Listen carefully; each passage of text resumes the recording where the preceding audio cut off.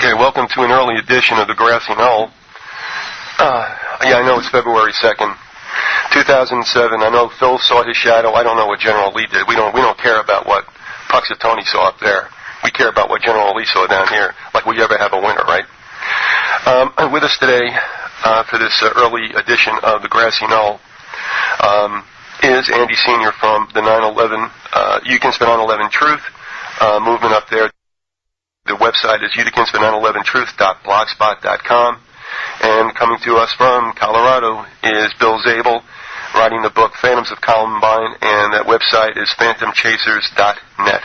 I got that right, didn't I, Bill? Yes, you did. 1 out of 1 ain't bad, huh? Yeah, all right, Bill. And the other one's fine, too. Yeah, well, I had to try a second time there.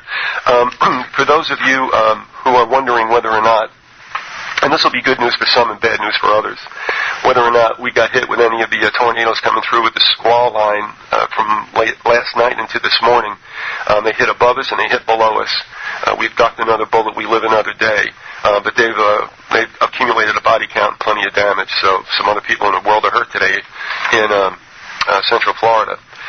Harry was going to join us, and we started doing a taping of his dealings with radio.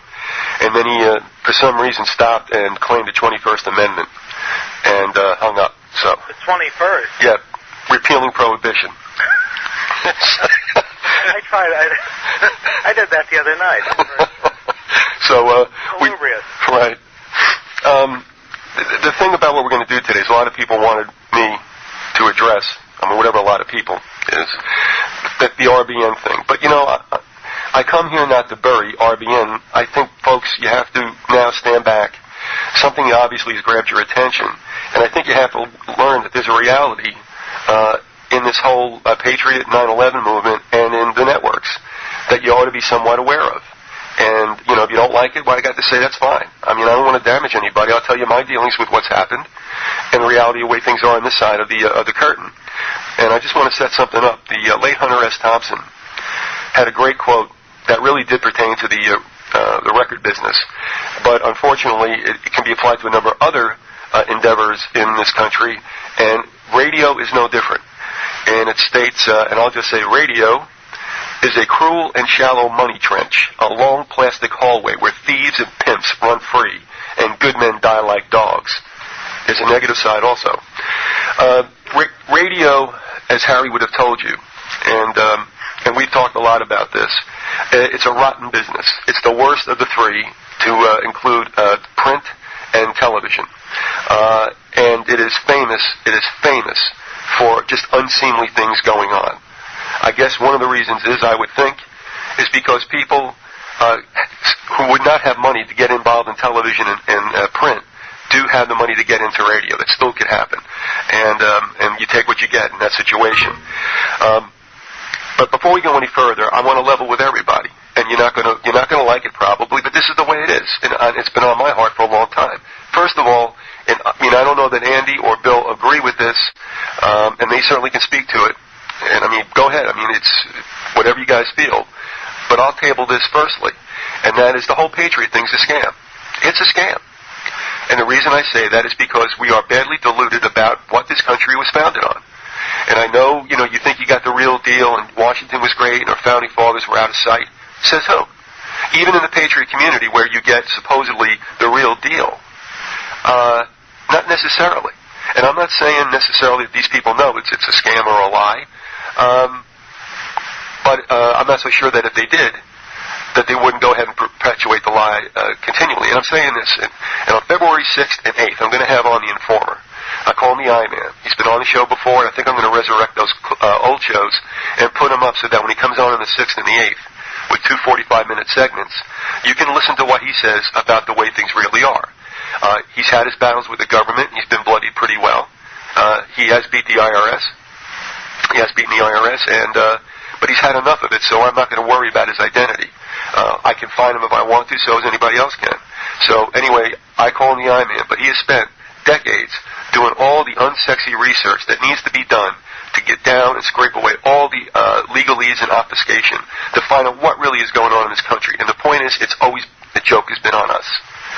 You know, these founding fathers and the framers and all this crap, yeah, they may have been Christians, maybe, and they might have been more Masons than Christians, but above all, a lot of these guys were lawyers, and that's where it starts. You will find out, and you listen to him, and I'm going to let him carry the ball on this, you'll find out that the Constitution, there's nothing. It's nothing. It sounds good, you know, it's almost like what it says in Scripture, that William Faulkner ripped off and saying, you know, it's full of sound and fury, signifying nothing. So you let him explain to you, and you realize what you guys think you lost, we never had to begin with. I'll just give you one example. Habeas corpus. It's not a right. It's a privilege. And he'll explain it to you. He'll give you case law. Bring your pads and pencils. And you're going to find out that they can do anything they want to us. They can extend it to us, and they can pull it back. So with the whole Padilla case, no problem. They're perfectly under their purview. So check in with that, and then, you know, turn around and take a look at what's going on. As he said, and he has no umbrage with the Patriot networks. He didn't know I was doing this show today, but he just looked at me and goes, you know, the Patriots are barking up the wrong tree. You know, you never had it. So how in the world are you going to take it back? And that's what I'm saying. You're being told on these stations that the NWO is on the run, that we can stop it, that we're going to take our country back. You know, for you Christians who understand what's going on, you understand that the NWO, which is referred to in a secular sense, is nothing less than the satanic takeover prophesied in Scripture. You can't beat it, folks. You can't wrestle with flesh and blood and come on top. You got to do it through spiritual matters. This isn't the end of the road for us. Now, does that mean we all belly up? No. Why am I doing this if I know that? If I really believe that this is unbeatable, why am I doing it? Mainly because I thought, when I started the show 5 years ago, that there was, to me, I had to do something I thought was in a civic sense, to let people know, who don't know, what's going on. And I didn't know I'd be here 5 years from now, and I know I'm not going to be here in another 5 years, let alone 5 months.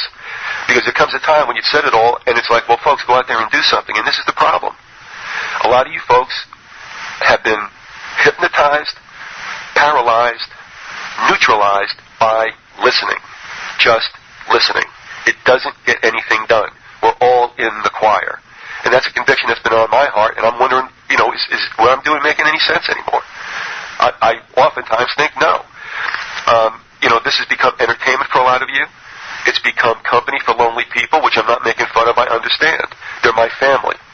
Okay. And there is some information, too. The health shows are good, going back in history, and that's what I love to do. Because in history, you can point to the future by what happened back there. When they say they're going to do it in 1908 or 1858, and they do it, you know, chances are there is a big plan afoot here, and it's hard for people to argue that there isn't a conspiracy. Now, you know, this recent catfight between Stadtmiller and Jones and whoever Wes Perkins is, you know, it's like Donald and Rosie.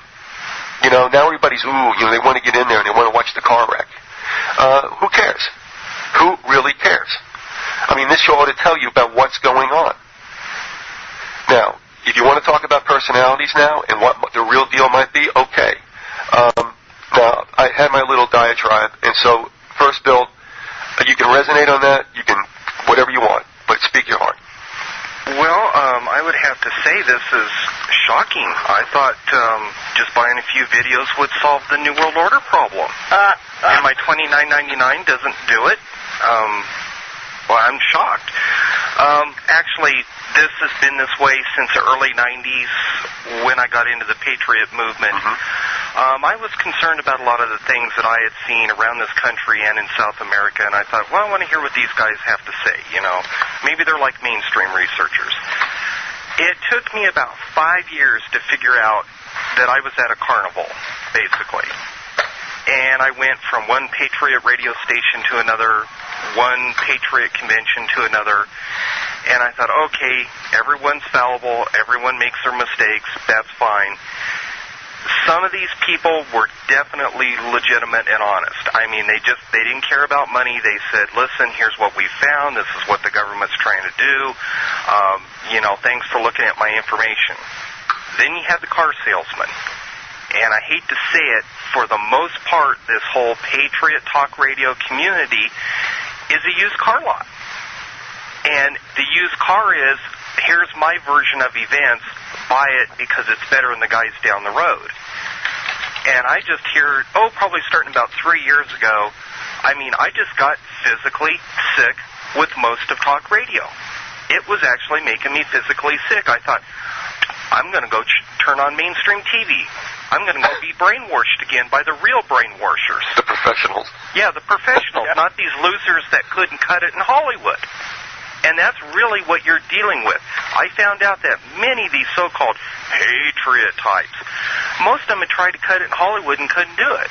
Which, I mean, I feel sorry when a guy can't do a job, you know.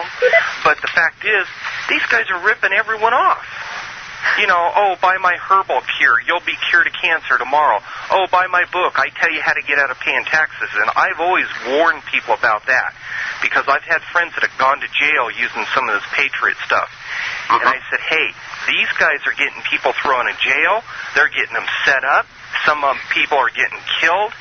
We better take a step back and look at this quote, Patriot Talk Radio.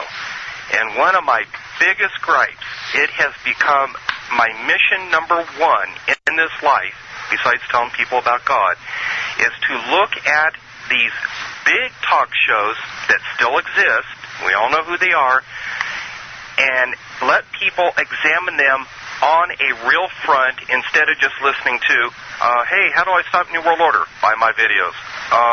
What do I do about taxes? Buy my videos.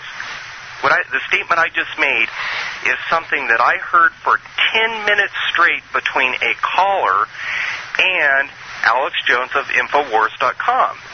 The guy was trying to ask legitimate questions. You know, where do I turn?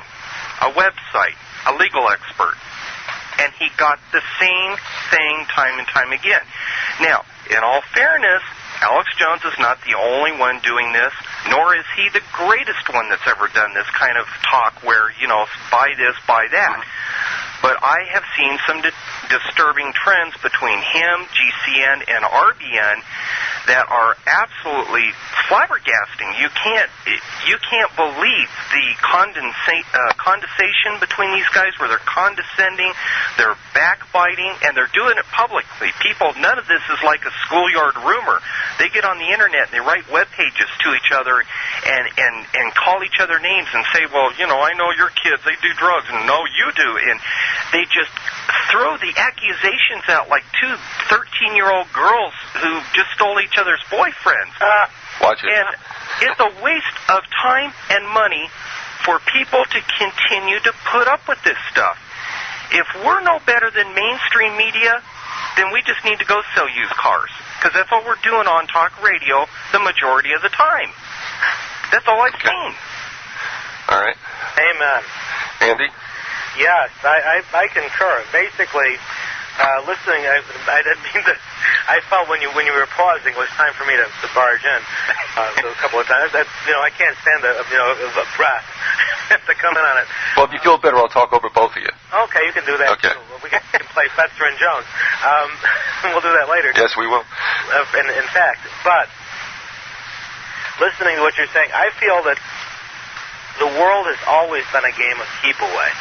It's always been keeping power out of the hands of most of us.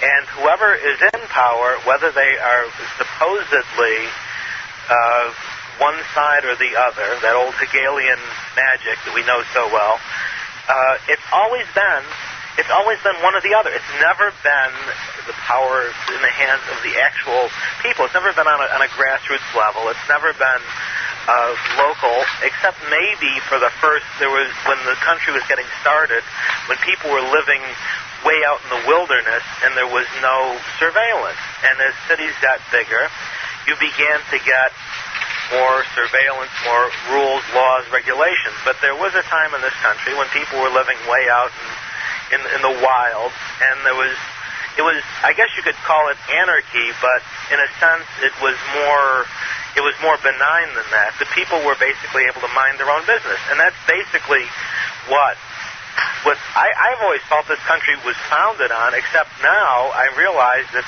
it was it's sort of a scam, as you say. What was set up was the illusion of freedom. Right.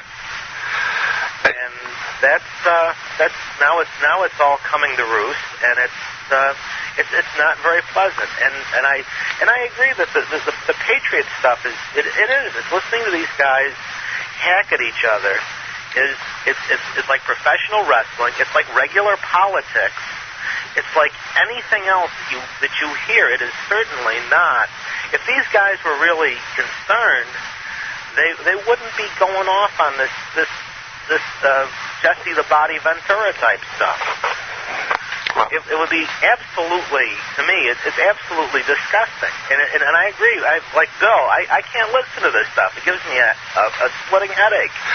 It makes me. I listen to music instead. I love music. I can't bear to listen to these guys whack at each other. Maybe for a few minutes it's sort of amusing, but God, it's just so it goes on, and it doesn't solve anything. Well, we started this when it became clear to those of us who were in contact that it looked pretty much like we started with the 9/11 movements, that they were begun purposely to also slide through another agenda, a clandestine one. And if that were the case, that what often happens is once they're started, they do get corrupted, either because it just comes with the flesh, and people will argue, or because it was meant to do that, to derail it.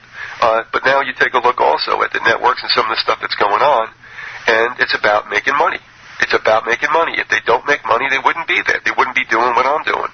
I'm not holding myself up above anyone else, but the thing is, and I'll say this about the Wing Duo also, they worked, they supported themselves, and they did the show. And it can get really, really hectic, and it can get really, really old. But the one thing you do know, for the most part, is that nobody's censoring you, no advertisers telling you chill. You're not out there having to sell crap you don't believe in. Like I said, in January, it's you want prepaid legal services. Then in February, we don't care about that anymore because they didn't renew. Now we're into oxygen therapy. They didn't renew, so I'm not doing that anymore. I mean, come on, you're saying stuff and you're lying. And that's what advertising is for the most part. I mean, when I went out and got advertisers when we were on the AM stations, and it cost money, I went to the people that I patronized, because I went to produce places and organic places, health places. Even when I used when I had Calvin soap out from Oakland on, I used the product. It was non-detergent. They were healthy things. I had no problem with that. Never once did I have to compromise myself. Could have made a whole lot more money if I did. Because I don't know, folks, if you realize it or not, but when you sell advertising and you can cover your costs for broadcast, right, everything's taken care of, phone, whatever it is, you can put that money in your pocket. And that's procedure. That's okay. But just understand that's what happens. When I see some people throwing around figures like $7,000 a month, or I got to leave the internet or the networks, give me a break. Give me a freaking break, okay? I mean, how much is too much? I don't know, but it's about money. And if the money's not being made, they wouldn't be there. Now, if we're going to roll down to personalities, I suppose, and I guess some people were wondering about Statmiller. I never met him, never talked to him. Called into a show once about 5-6 years ago. But from the people that I dealt with at GCN, that behavior that was just exhibited is not untoward to him. Okay? He is volatile. We're going to have a guy on in the second hour who fired him from GCN. He probably won't speak to it. He's extricated himself from there, and he's happy to be gone. But he fired him because of volatile behavior. So if you're shocked by John Statmiller's conduct, that's what happens on the other side of the curtain. As far as the other characters in RBN, I mean, I don't know what happened, and I'm not grinding an X. But Frank Whalen will not respond to me any longer. It's not that I knock on his door all the time, but I mean, one time, we were okay, and then the next time, we're not, and I never hear from him again. And I'm like, gee, are we a community or not? I mean, I'm not asking anything I wouldn't give value for. Same thing with Zemansky. Had me on the show, seemed a little bit surprised by the response he got. We talked, we said we were going to exchange guests. He did it once for me, and he never sent anything my way, and now he doesn't return the emails. That's all I'm going to say. He doesn't have to. He's not compelled to. But there's no cooperation here. Do I have to be on the networks to do such, or is everybody protecting their little bailiwick? You guys go figure it out. Now, another thing I want you to do, too, folks, and that is, like, if I'm talking about Wing TV, it's like, well, you supposedly broke with them. And I did, over an issue that I could not brook. And I told them all that. Now, they're big boys and girls, and they don't have to go, they don't have to bow down to what I want, and they certainly didn't, and that's fine. But they did good work other than this, and some people consider the work that I don't like very good. But I had a line in the sand where I drew, and that's the way it was. Now, I've been in contact with them, and I have to tell you that, there's a lot of good stuff they did, and a lot of stuff they did was prophetic to a certain extent. Yes, I agree with you. Now, what I'm going to tell you is, folks, if you want to, they've opened up, a section on their server has always been dedicated to the Hall of Shame. And that URL, you'll not hit it on their website. There won't be any link on the website, but if you use this link, you will get to it, and that is wingtv.net/audio. I'm sorry, is that right? Do I have that right? Oh, you're going to kill me. Yeah. Oh, I'm sorry, /shame.html. wingtv.net/shame.html. Look at some of the questionable things that some of these characters have been involved with. They've done the research. Nobody sued them, and nobody really argued with them as far as who were involved as far as victims go, and also those who felt besmirched by the conduct of some of these folks out there. So I'll let it go with that. You want to go take a look there? I don't think that you would be wasting your time. I looked at their information, and I thought it was a lot of the stuff was it was right on the money, and it's always been. I think they've always been good at ferreting out the phonies. Yep. All right. I'm going to play. I got 4 clips to play. Dwight the Bright sent me a long one that I didn't use. I didn't break it down. We might have a redundancy there. I don't know. But Andy, we've got 2 that are coming. They are under the heading, I believe, of was it Jones and Jones talks about Stat Miller. I think this is from January 11th on the Jack Blood program. So a lot of love there. All right, you actually have 2 of them, right? Back to back that you ripped. Yep. All right, we're going to play those 2 in a row, and then we'll rejoin the discussion. You're listening to the Grassy Knoll. 25 minutes after the hour in this early hour edition. I had something happen to me that it's so outlandish that I'm not going to talk about it because people wouldn't believe it until I'm sitting there at a Denny's one night with a group of like 10 people, and I go, yeah, one time he did this to me, and they go, oh, that happened to me. That happened to me. I heard this happen to such and such. I didn't know it was like something they do. I was at this guy's house. And I'm sitting there doing a radio show with him. All of a sudden, I look up, and he's pointing a Walther PPK handgun at me. And I was kind of, when I'm not paying attention, I'm kind of stupid. I was, what's going on? I almost get hit in traffic all the time because I'm so unafraid, I'm kind of a dumb animal in a way. I'm like, what are you pointing at me for? And he had this maniacal look of, like, pleasure, like he's trying to extract horror. And I jumped up, and I said, you better put that down, man. You got a problem. I'm not going to be around you anymore. And so I kind of just went away. Then he orchestrated this whole big thing. Oh, Genesis isn't going to exist anymore. Better come to, get behind me. Wasn't true. Everybody remember that? And he did all these things, and I ignored that and tried to be neutral. Well, it's okay. We need more voices. And all this stuff went on over the years, and all these things happened. And then I heard from so many people who had been over at his house and done things with him. And then, Jack, you moved down here from up in Rhode Island, and then you were over at his home, and on record, you told me that there was drug use going on, right, Jack? Yeah, that's correct. But, here's the problem. I don't want to get into a he said, she said. No, the point is, this son of a bitch. Yes, I witnessed. Hold on, son of a bitch. No, hold on. No, you hold on, Alex, for 1 second. Because I want our listeners to understand that the people that are out pointing the finger and accusing us of all these things are actually guilty of the very things they accuse us of doing. That's it. No, the point is, Jack, you've been around me when we're sitting there, drinking beer, and other people, because I don't care. Everybody does it in this town. People pull out a joint, outside at a restaurant and start smoking it. People walk down the street, but do I ever smoke it, Jack? No, I've never seen you do it. I don't like pot. I don't like drugs. I like caffeine and occasional Budweiser. The point is, this guy got up on the air and said that he hired a PI. That's made up, just like the 2020 thing. He just pulls this stuff out of his rear end. And you know what? I'm going to take him into court. I'm going to take his wife that owns it in there. She's going to get sued. Listen, I'm not playing. I'm going to sue you. And I'm going to take him in. I'm going to say, you said this. Now, here's all the people that knew you were talking about me, playing my music, saying the number one talk show was, talking about me. You now are going to produce, you're going to produce this, and you're going to produce all your evidence. And I know it's not true. Okay? And then, you know what I'm going to do? I'm going to bring the people on air he's pointed guns at. I got one working in this office who's been there at the office when they're at the table, and he pulls a gun out at a board meeting to intimidate people up there.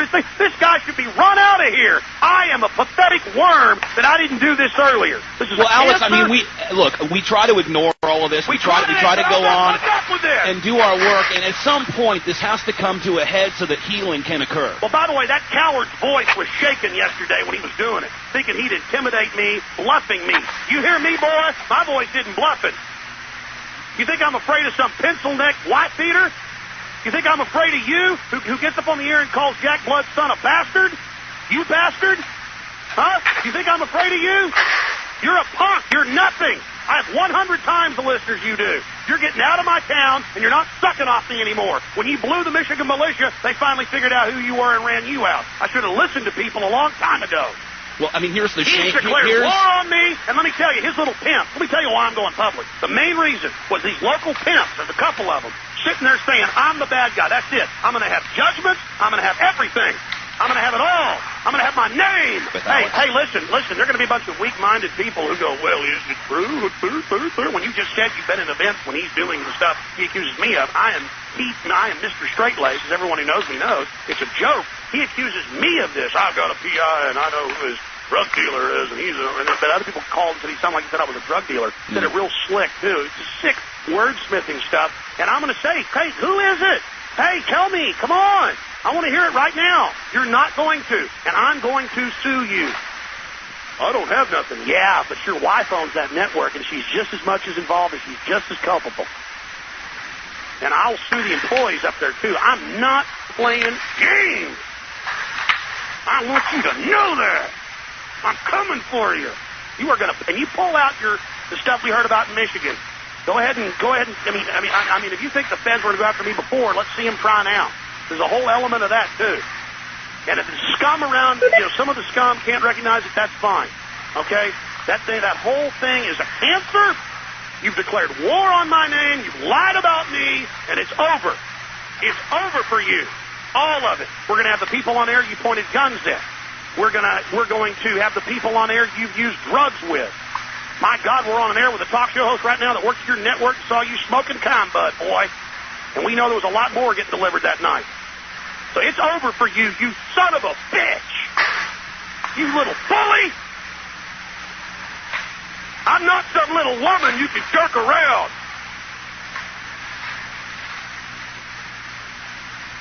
Man, I am so pissed off. All right, we're going into that third clip, and we'll get back to that later. I got a couple of emails. One of them is from Matthew Tartaglia, who I first heard of, I think everybody else did, on that show, on Alex's show. And, of course, you just heard the expletive tirade. And Matthew, and this is true, Matthew said, listening to Alex saying son of a bitch, and he gave me a hard time saying ass. So anyway, here's another thing. I read the other day, there's a micro-broadcaster near where I am who was busted by the FCC in what looked like the invasion of Normandy. And he did it. I guess he did a year of house arrest, whatever it was. He's a real honest, straight up guy, and he did a lot of GCN broadcasting programming. And this is what he said. Harry sent him the RBN affidavit from Parker, or Perkins rather, and I sent it to Harry. Harry sent it to this individual, and he writes back regarding the affidavit. It explains the sudden, strange programming on RBN. Very soon after the infamous Black Wednesday raids, my wife and I went to a preparedness expo where Stadtmiller was present. While the raids themselves were already common knowledge, to my face, Stadtmiller recited one significant detail concerning the Lutz raid that no one else knew except for the court and the FCC. That raid was on him. Ever since then, I've never fully trusted Stadtmiller. Also, the way he so easily and thoroughly abandoned Mark, that would be Kornicki, at such a terrible time in Mark and Nancy's life, has always been of great concern to me. So there's another take on what's going in there on the outside. It's amazing stuff. This is Alex should have been a pro wrestler. I think talking about Hollywood, he either should have been one of those tent evangelists or he should have been Hulk Hogan, one or the other. And, looking at I've seen his MySpace page, and he's actually standing there in a pose with his muscles hanging out and everything. People. I think he really wants to emulate that. I really do. I'm going to throw it to you in a second, William. But here's one thing too. Jones is the person who opened my eyes, and for that I'll always be grateful. But I also recognize when somebody's it pretty much is operating with no oversight, and I think out of control. Now, I've not listened to RBN or GCN for 3 years. I had enough. I just had enough, and that was the end of it. Here I am, clean and sober off both of them, and I'm doing okay. Now, I have no dealings with Alex. I tried to email him a couple of times to ask him, for instance, can I get the contact information on that guest? Would that be okay? Because I'm no competition to any of them. Never heard a thing. I never got an email from them until 2 weeks ago, when I get an email that they can't use my credit card to renew my PrisonPlanet.tv subscription. Now, I really didn't want to do it for 3 years. I didn't want to do it for the second year. But what happened was I didn't realize that they kept a credit card on file and didn't give me a heads up, do I want to renew? They go ahead and they renew it, and I don't think that's cool. So what happened was the credit card that was in their possession, that number, I changed it. I get this email for the first time. We can't use your credit card. Right, you're not using a credit card. But that's the kind of crap that I think is, to me, is below the table with regard to business dealings. Is that a small thing? It might be. I'm just saying it just kind of fits the whole scenario. It's that small. When people are using your credit cards, you have to opt out of it, or you don't even know that they're doing it. It's not business procedure to go ahead and just do it for somebody. You always you ask. Okay. Now the other thing about blood, Wing TV on the /shame.html has a story about what went on with him and WALE in Providence. I don't have any first-hand knowledge of that, but it's there for you to read. You make up your own mind. I will tell you this about blood, which I thought really was poor. Jack and I switched guests every so often. He used to do that all the time with GCN. It was a really nice deal there for a while. Jack got stiffed one day by a guest. He asked me if I'd come on and fill in. Okay, I don't mind being sloppy seconds.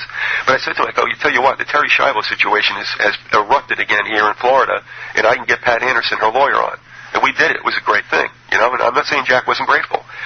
Jack was going to leave RBN because of Stat Miller's behavior, as he told me, and he wants to go to GCN, and he's thinking of moving up there. So a contact that I had was leaving GCN, not because he was happy, and he was in the administration, if you will, the vice president. And he told me his misgivings about staying and that he was going to go and start his own business. See, people who want to leave and start their own thing aren't necessarily happy where they are. It's not like he jumped to another job. And I said, ooh, wow, okay, fine. Now, Jack is telling me he wants to go up and move and all this stuff. And I said, Jack, look, this is off the record. Now, I will tell you this. It got on the record, and Anderson and Trudeau will both admit that this did take place. I told Jack, off the record, don't name names, but go circumspectly with GCN in case something is afoot. All right? I said, just think of that before you go lock, stock, and barrel. And this is off the record. Jack calls up Ted. Hey, Ted, this said that Trudeau said, ba, ba, ba, ba, ba. Anderson contacts Trudeau. Trudeau contacts me. Now, to me, that's a buddy. You know what? All right? That is not cool. Shut your mouth. I gave it to you off the record.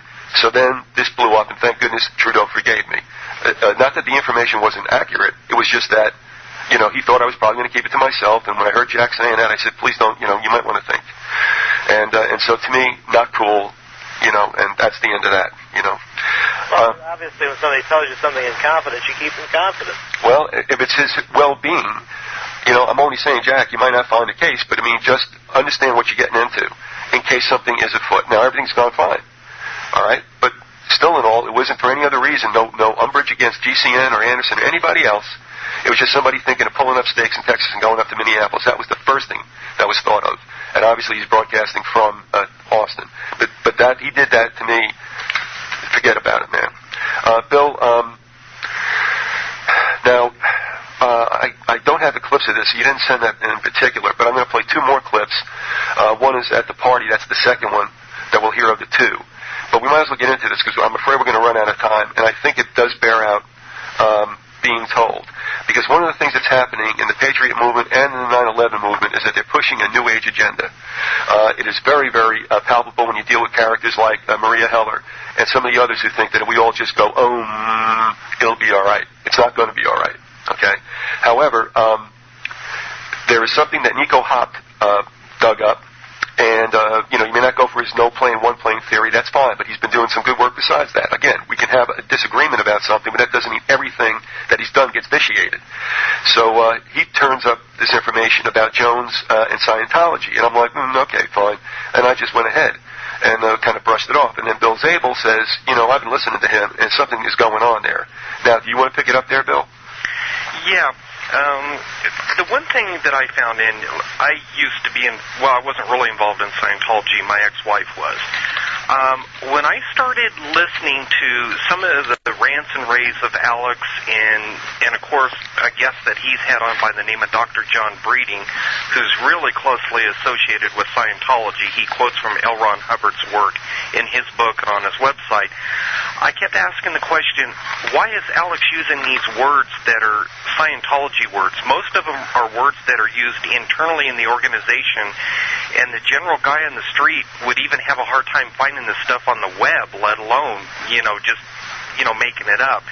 I got real concerned because when I saw Jones's action out in public, when I saw his hard sell for videos, I'm like, oh my God, that's what Scientology does. Everything he's doing is what they're doing. Well, what do you mean by everything? I mean, that's kind of broad, and you'll get taken to task on that. I'll make it very, very simple. With Scientology, when you go to them and say, I want to be a member, they just don't say, hey, that's great. No, they love bomb you. They say, oh, you're the greatest. We can't do without you. Who says that, by the way? And then they say, you've got to buy this book. And you'll say, well, yeah, but can I look around? No, you've got to buy this book. They have an introductory book that they have for new Scientologists. They will not leave you alone till you buy it, and they constantly repeat the same things over and over again, which is what Alex Jones does. It's not a, hey, buy this and see what it's like. It's a hard sell. Jones does it constantly. It's push, it's push, it's push. Talk to anybody that's ever been a Scientologist, they've gone through the same thing. It's a push, just shoving it into your face as hard and fast as they can. And the other things that he does, by cutting guests off, people might think, well, that's just, or even cutting listeners off that call in. People might think, well, that's just rude and it doesn't mean anything. But the fact is if you listen to when he's cutting people off, it's not because he's out of time. It's because they're starting to get into areas that he don't believe in, that he doesn't want to have to answer that question or respond to that comment. He wants to move on. Well, I saw when my ex-wife was going through a lot of this stuff, she'd say, well, why do I have to spend money on this? Let me see about it. And she would ask them a comment about it. Immediately they would cut her off. Now, like I said, all these little events by themselves mean nothing. Take them all together, take the fact that he has an obvious connection to Scientology by promoting Dr. John Breeding, by having him as a guest, and you can't help but wonder, has he either unconsciously picked up what they're doing, or is he purposely doing what they do? Well, you're saying that in his speech patterns as well, there are certain, idioms associated with Scientology that are starting to seep in. Yes. Now, there was something about using the term street team. Yes. One of the things that he has done is he will tell you, go look at these supporter websites, which I thought was really strange because he usually doesn't like to really push, websites of other people, but he has done this with people he calls info warriors. That this is basically his followers that buy all his videos and supporting with their own websites. And he has used the term street teams several times in reference to those people with these websites. Well, when I go to these info warrior websites, they say that they're a street team. They say that their job is to go out there, they're all volunteers, and to push his work in public, put up posters on telephone poles, hand out DVDs. Well, I suggest anybody go to a Scientology website of any Scientologist, famous or not. They do exactly the same thing. Their web pages are even set up the same. They use the same titles. They use the same keywords, everything. And they will always say, quote, they're trying to bridge the gap between ignorance and enlightenment. That comes right out of L. Ron Hubbard's book, Dianetics. Also, what's this use of dead agenting? Yes, dead agenting is an internal term that when I heard Alex Jones use it on the radio, I wanted to run. I wanted to get out of this country because nobody uses that term external in Scientology, and I would be surprised if he didn't get a little email from some of his buddies telling him never to do it again. He said, and I'm quoting loosely, but I actually have the file that I downloaded from his archives. He was whining about the Patriot movement. He was whining about talk radio, and he goes, I'm coming to get all of you in the Patriot radio community. I'm going to get you all. And he had Jack on for briefly. And Jack said, well, yeah, but what about some of these other stations that have already, that have kind of cleaned up their act and, they're really doing good? And Alex goes, I don't care. He says, you remember that other guy I dead agented? And I'm like, dead agented? And that term, what that basically means, and it doesn't mean murder people. That term is not necessarily used to say that somebody in Scientology is going to murder. That is a political, internal term to mean that guy's our enemy, he's criticized us, discredit him, ruin his business, ruin his life. They ruined my ex-wife's life by dead agenting her. We have somebody who I think wants to hear what those terms are, so I'm just going to repeat them. If that's what they were asking, it was a little vague in the IM. Street team is one term, dead agent team is one term, and bridge of enlightenment. And I think you had told me, William, that he had used it in saying that to bridge unknowledgeable people over to the other side. Right, and he's used variations of it on his MySpace website too. So he changes it quite often, and I don't know if that's because he's been told to or whether he's just doing a slick car sales routine where they'll say, 1 week, buy this because of this, and then the next week they have a new advertisement. He's definitely mixing their terms up. He's using them backwards. He's doing a lot of different things. But they all mean the same thing. The whole bridge to enlightenment thing is to bring people from, well, let's use a Christian term when we talk about from darkness to light. Right. The problem is anybody who has ever seen the light in Scientology doesn't see life much longer after that because it's called going clear. Now, he's never used the term clear before, but he's used other terms that I think he's suggesting that he's using the term clear. All right, I'm going to play this fourth clip, okay? That's the one that you sent me. Okay, here we go. The terrorist material did not fall on the footprint. It was blown away. And this of course, would be an indication. Oh, wrong one. Use of explosive. Let me recue it. Here we go. No, that wouldn't be right either. I'm having a real good day. This helps my credibility immensely. Here we go. And then people took from what he said that I was a drug dealer and involved in all these drugs. When Jack, we've been at a few parties and people are smoking pot. Do I take the joint, Jack? No, I don't take the joint. I don't like marijuana, okay? And I don't like drugs other than, occasional alcohol. And so just this incredible lie on air. And then I found a few of the locals. All right, there you go. What did you take from that? And that's the one that where he's at the party. Mm-hmm. I don't like the fact that this guy claims to be a clean family man. He don't like drugs. Only occasionally, according to him, does he drink a beer. The fact is, he's admitting that him and Jack Blood have been at parties where there are drugs. That's not something that if you have a brain, you admit on an FCC-licensed radio station. Somebody did that up here in Denver who was at a rock and roll station, admitted that they were at parties where there were underage kids drinking and doing drugs. The very next week, that host of that rock and roll station went to the same kind of party, and there were undercover cops there. From a moral standpoint, him and Jack Blood almost seem to be laughing about it. Like hey, so there's a joint, Excuse me, aren't you trying to expose the government's corruption involved in drug running? Aren't you supposed to be the guy that's working 24 hours a day and doesn't even have time to talk to his wife, but you and Jack Blood have got time to go to parties? I mean, he says you can't go anywhere in Austin without seeing drugs. Really? I got a cousin that lives in Austin, and when I go down there, I've been to plenty of places where there's no drugs allowed, and they serve alcohol. Where the hell's he hanging out? I don't like his... Huh? He knows all the right places. Yeah, I don't like his insinuations of what he's doing. It's almost like an acceptance. So the guy had a joint. I didn't take it. I'm sorry, go ahead. Yeah, it's just that he's starting to show the cracks in his armor. And it's not good because this is how John Stadmiller started out with his craziness. It started out this way, showing the little chinks in the armor, making comments. And then, of course, we all saw the horrible negative effect it had with RBN going straight off the air.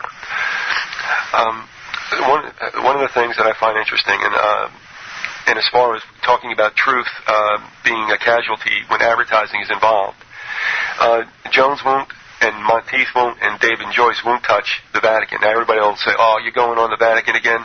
This is how important it is to me. Again, Phelps turned me 180 degrees, but I had to go beyond Phelps to find out whether or not this was really, in fact, true. And I found that it was. A cohort, David, out in California, when he first encountered, I don't know if it was Wilcox's book or Phelps, thought they were crazy, and I went, "Oh, slow down a little bit, just check this out." And he went because he was interested. He was curious whether or not this were true, and he found out that it was. And the reason I say this, especially for Christians, is how were you told in Scripture, folks, that Satan would come unto you? How is the enemy going to compromise you, perhaps? Not by showing himself as an ogre and an obvious evil entity. The enemy is inside the gates. It was going to come dressed in some kind of spiritual manner. Now, I've got Jews mad at me because I'm not bashing every Muslim around. And, I'm not saying the Muslims are mad at me for not bashing the Jews. I mean, others are upset with me for not bashing Jews. So you got Jews being bashed and Islam being bashed. And I ask these people, do you ever for once think that you've got somebody that's rubbing both these parties' butts with sandpaper and throwing them in a box for an eventual fight? Did you ever think that they've got you fully believing in this left-right, good, bad, Islam-Jewish thing? No, they don't. Michael Savage says it, so it's got to be true. And these are people who are not only Christians in many cases, but supposedly get it. And I mean, saying that, folks, I sit here some nights and go, we're screwed. We're screwed. And like I said, I'm telling people right now, you can idolize these show hosts. You can have hero worship. You can get real upset with what I'm saying and all the good they do, which is questionable a lot of times, especially when it comes to David Joyce. All right? But the thing is, they have to keep telling you that there's a hope, especially secularly. Otherwise, they can't keep going. Or you won't listen, and they can't sell stuff and make a living. That's where it's at. Am I sour grapes that I'm not there? No. Trudeau will tell you they wanted me to do a sports show in GCN. I was fine with that. That's the other half of my life. So, and Trudeau left and the deal went down. That's the way it goes. But I'm happy being here because there is no censorship. I suffer for a lot of things, I guess, with exposure. That's fine. Like somebody said to me in Washington State, I picked you guys up 3,000 miles away doing a little garage show on pirate radio. He goes, and now, look how it's done. I mean, you got to me 3,000 miles away. I'm not worried about it. Just do the truth. Let everything else take care of itself. But I will tell you this, especially in Monteith's case, this brother David went ahead and took Monteith to task for not exposing the Vatican. Monteith twice in emails responded to David, and I have him if anybody wants to see him, where he says, maybe the Vatican was a little this and a little that, but the Catholics are real, if they believe in Christ. But he kept bringing it to the Catholic laity, and David told him, I'm not talking about the laity. I'm not talking about Catholic worshippers who probably have no idea what the Vatican is up to. And he went back again. He said, he threw it back into the Catholics. And again, David said, it's not about the Catholics. So Monteith will not touch the Vatican. And what I'm telling you folks is that's abridging the truth, especially for Christians who want to know where Satan's going to pop up or how he's going to do it. Well, it's in that little nation state in the Vatican. All right, take it for what it's worth, but it does matter. The only ones it doesn't matter to are the ones who can't get you to believe that the Jews are the bane of the world. All right? And then when you prove to them that the Vatican's been at this for 2 millennia, then it's like, well, it doesn't matter who sits on top of the hill. Yeah, okay, fine. So anyway, I made my point. But you're not going to hear from Jones, who's got Catholic underpinnings. You're not going to hear from Monteith, and you're not going to hear from Dave and Joyce. And I will tell you that Dave and Joyce are very different off the air than they are on the air. And one producer who worked up there and has now left GCN, I looked at him once, I'm going, what is the deal with them? And he's a very erudite, reasonable person of character, and the best he was going to lay on me was, they're different. And we left to go at that. Dave was supposed to be on my show once. I was on his show once. I'm calling him. It's 1 minute before we're going on air. He's not answering, and finally walks in the door, picks up the phone. And he goes, oh, yeah, okay. And he's going to stiff me. He didn't care. And then when he had me on his show, all he wanted me to tell him was that we were going to get back to GCN broadcasting, or more specifically, he wanted to get the Power Hour back on 1350 and 1400. And I'm like, you don't get it, Dave. The guy hates you. The millionaire who owns this place hates GCN. He threw him out, and they're not coming back, man. So I mean, it's like I said, it's all about the money. Apparently, they got a 7-figure business going there, and they throw a couple of bottles of neutralizer gel out. They're terrific, Also, Eleanor White was a guest with them, dealing with psychotronic, electronic harassment. This is a tough one to prove, and a lot of people stay away from it because it seems like they're all loonies. They are not. And they had Eleanor for quite some time. She was very much beholden to them, and then one day they dumped her and never had her back on again. Do not contact her. And Eleanor sends this around in an email, and she speaks glowingly of how nice it was. I'm going, don't you understand, Eleanor? You got dumped. They sold you out. When did your message suddenly become not true? So, I mean, that's the way they do business, okay? And that's what it's about. It's about the money, folks. So you can sit there, be entertained. You can sit there and treat it like, your audio soap operas. But the point of the matter is, you're not getting out and doing anything. And even if we can't turn it around, the thing is, just like the White Rose students in Germany, a handful of students, 2 professors, they knew they weren't going to stop Hitler, but they went ahead and did all that they could. And even to the point of being martyred. That's what courage is. This other stuff is just making noises and making money. If we can, I'd like to go to that clip, also going into the 9/11 movement, if we could. With Fetzer and with Fetzer and Jones. And here, Fetzer's using the old Jones talk over the guest here. Here we go. If I get this right. Most, of the tower's material did not fall on the footprint. It was blown away. And this, of course, would be an indication of use of explosives and, of course, gravitational potential energy. Now, to say that material was destroyed, however, that's another statement which does not fit into the explanandum. In other words, there's no substantiation for that material being destroyed. It's just blown out. To the exclusion of others. I mean, some massive source of energy, but it doesn't have to be. Explosives tends to carry the connotation of something more conventional like RDX and so forth. No, super thermite is an explosive. It's used routinely now. Yeah, but it can be another source of energy, Steve, that brought this destruction about. It doesn't have to be a conventional one.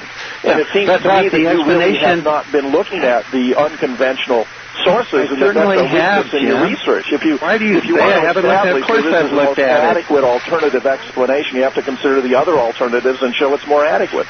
Look, Jim, let me answer. I did look at it. You can't tell me I didn't, because, by George, I did. Now, that's just rude of you to say a statement that is unfounded and not true. I looked at it. I told you earlier that you had looked at the plasma technology, for example, or directed energy weapons, Steve. I'm taking you at your word. The Gourley paper treats it in some detail. It's in the Journal of 911 Studies. And if you read that, and I'm inviting Judy and Morgan to respond to that. It's a good paper. They can respond to a letter. It doesn't have to be peer-reviewed. They can just publish their response to Gourley's paper. So you're maintaining that you have, in fact, in the course of your research, not only excluded mini nukes, but directed energy, HARP, solar energy, plasma weapons, and all that? No, I didn't say that. I have excluded mini nukes, and I've published a paper on that. Okay. Gourley has excluded the other. I'm still looking at it. But I'll tell you what, if it can't explain the sulfidation, which is published, and the coarseness, the super coarse nature of this dust, and the flowing orange glowing metal that comes out of the South Tower, 80th floor, right up there, see? And the wispy white ash that drifts away. Well, it's an incomplete hypothesis. Right? It's not enough. That film footage, which I find very puzzling, is authentic. I mean, let's assume that. Let's talk about one other point, and that is the fact that the towers, as you look at it, this has to be in the explanandum, do not collapse from the tippy top down. No. They start near where the planes went in. Huh? So that means that this beam, wherever it came from, has to skip the tippy top. Now, that means that, to me, it means it can't come from space. Please answer that. He talked about that 34 is turning over and then turning to powder, and he's astounded by it. How does he explain it? Look, Jim, I've told you, first of all, the data show what we mean by powder is mostly 98% supercoarse. And I've measured it myself, and I agree with those measurements that are published now by Leroy et al. Well, that's new. What would it have taken, to implant these devices? How many devices would have been required for your thermite-thermate hypothesis to be correct? Well, I do have an estimate. It's published in my paper. It's in Journal of Memoir Studies. It's also in the book. What is it? It would take around, as I remember correctly, that's why we publish these things, is about 1,000 pounds. Well, so after you get back to your 10 trips, I thought I was being quite faithful to what you had told me before, and I kept thinking about it and thinking, well, Steve must have meant a larger number, so sometimes I've said 10 men 40 trips or 40 men 10 trips, because I think... Why did you say that? It's in my paper. If you're quoting... All right, let me guess that now, because we're going to run out of time. But, Andy, the reason for that clip is the fact that Fetzer can also be a bully as well, right? Oh, he's a bully, and he was turning down the audios you heard. Yeah, that's right. So what was happening there is that he was potting down Jones so he could speak over him instead of letting the guy have his say and then respond, right? Yes, and he was basically steamrolling him, and that's not very nice. Well, let me say this also, because I got this from somebody who's a very intelligent guy. He has worked with the Kennedy assassination. And he has this to say. Jim Fetzer is a perfect example of a conspiracy gadfly. I have known of him for years because of his work on the JFK assassination. The problem is you really cannot tell if he is serious, ridiculous, or mischievous. I tend not to like him because he purports to have all the answers. He is bombastic and doesn't have the time for other people's opinions. He is either arrogant or deceptive. I think in the end, a person has to accept the fact that the forces working against any kind of rational resolution are so ubiquitous that you just have to enjoy the small victories and not get lost in the miasma charlatans. All right, listen, we are running out of time. In fact, we got to get going. But again, Andy, you got last response, and then you, Bill. Go ahead. Well, I think it's just it's obvious that this is like an onion. You keep peeling the layers, and you keep coming down to more filth and corruption. It's amazing. Mixing my metaphors, but they need to be mixed in this instance. All right, Bill? Yeah, when we look at talk radio in the so-called Patriot community, I'm actually seeing a mere reflection of the mainstream media. I have not seen hardly anything from these people that sets them apart from the media that they claim to hate. Agreed, and I think what's happening... Okay, Bill, I'm sorry. Yes, I said. Okay. The point is, folks, you're becoming the sheeple on the other side of the street. The same kind of sheeple that you're making fun of, who you accuse of drooling in front of their TV sets while they watch CNN and Fox and the rest. In other words, it's happening here, folks, and it's about the money. Guys, both of you, thank you very much for being with us, and we'll see you both in the near future. Thanks, Miz. All right, you take care, guys. All right. Okay, welcome to an early edition of the Grassy Knoll. Yeah, I know it's February 2nd, 2007. I know Phil saw his shadow. I don't know what General Lee did. We don't care about what Puxatony saw up there. We care about what General Lee saw down here, like we ever have a winner, right? With us today for this early edition of the Grassy Knoll is Andy Sr. from the 9/11, Against the 9/11 Truth movement up there. The website is against911truth.blogspot.com. And coming to us from Colorado is Bill Zabel, writing the book Phantoms of Columbine, and that website is phantomchasers.net. I got that right, didn't I, Bill? Yes, you did. 1 out of 1 ain't bad, huh? Yeah, all right, Bill. And the other one's fine, too. Yeah, well, I had to try a second time there. For those of you who are wondering whether or not, and this will be good news for some and bad news for others, whether or not we got hit with any of the tornadoes coming through with the squall line from last night into this morning. They hit above us and they hit below us. We've ducked another bullet. We live another day. But they've accumulated a body count and plenty of damage. So some other people in the world are hurt today in Central Florida. Harry was going to join us, and we started doing a taping of his corpus. It's not a right. It's a privilege, and he'll explain it to you. He'll give you case law. Bring your pads and pencils.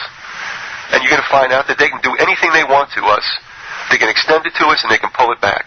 So with the whole Padilla case, no problem. They're perfectly under their purview. So check in with that, and then turn around and take a look at what's going on. As he said, and he has no umbrage with the Patriot networks. He didn't know I was doing this show today, but he just looked at me and goes, the Patriots are barking up the wrong tree. You never had it. So how in the world are you going to take it back? And that's what I'm saying. You're being told on these stations that the NWO is on the run, that we can stop it, that we're going to take our country back. For you Christians who understand what's going on, you understand that the NWO, which is referred to in a secular sense, is nothing less than the satanic takeover prophesied in Scripture. You can't beat it, folks. You can't wrestle with flesh and blood and come on top. You got to do it through spiritual matters. This isn't the end of the road for us. Now, does that mean we all belly up? No. Why am I doing this if I know that? If I really believe that this is unbeatable, why am I doing it? Mainly because I thought, when I started the show 5 years ago, that there was, to me, I had to do something I thought was in a civic sense, to let people know, who don't know, what's going on. And I didn't know I'd be here 5 years from now, and I had dealings with radio. And then he, for some reason, stopped and claimed the 21st Amendment, and hung up. So the 21st? Yeah, repealing prohibition. I did that the other night. So, right. The thing about what we're going to do today is a lot of people wanted me to address, whatever a lot of people is, the RBN thing. But, I come here not to bury RBN. I think, folks, you have to now stand back. Something obviously has grabbed your attention. And I think you have to learn that there's a reality in this whole Patriot 9/11 movement and in the networks that you ought to be somewhat aware of. And, if you don't like it, what I got to say, that's fine. I don't want to damage anybody. I'll tell you my dealings with what's happened and the reality of the way things are on this side of the curtain. And I just want to set something up. The late Hunter S. Thompson had a great quote that really did pertain to the record business. But unfortunately, it can be applied to a number of other endeavors in this country, and radio is no different. And it states, and I'll just say, radio is a cruel and shallow money trench, a long plastic hallway where thieves and pimps run free and good men die like dogs. There's a negative side also. Rick saying this, and on February 6th and 8th, I'm going to have on the Informer. I call him the I-Man. He's been on the show before, and I think I'm going to resurrect those old shows and put him up so that when he comes on the 6th and the 8th with 2 45-minute segments, you can listen to what he says about the way things really are. He's had his battles with the government. He's been bloodied pretty well. He has beat the IRS. He has beaten the IRS, but he's had enough of it, so I'm not going to worry about his identity. I can find him if I want to, so as anybody else can. So anyway, I call him the I-Man, but he has spent decades doing all the unsexy research that needs to be done to get down and scrape away all the legalese and obfuscation to find out what really is going on in this country. And the point is, it's always, the joke has been on us. These founding fathers and the framers and all this crap, yeah, they may have been Christians, maybe, and they might have been more Masons than Christians, but above all, a lot of these guys were lawyers, and that's where it starts. You will find out, and you listen to him, and I'm going to let him carry the ball on this, you'll find out that the Constitution, there's nothing. It's nothing. It sounds good, it's almost like what it says in Scripture that William Faulkner ripped off and saying, it's full of sound and fury, signifying nothing. So you let him explain to you, and you realize what you guys think you lost, we never had to begin with. I'll just give you one example.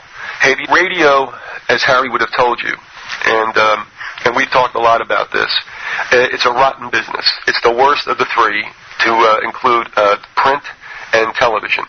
And it is famous for just unseemly things going on. I guess one of the reasons is, I would think, is because people who would not have money to get involved in television and print do have the money to get into radio. That still could happen. And you take what you get in that situation. But before we go any further, I want to level with everybody. And you're not gonna like it probably, but this is the way it is, and it's been on my heart for a long time. First of all, and I don't know that Andy or Bill agree with this, and they certainly can speak to it. And go ahead. It's whatever you guys feel.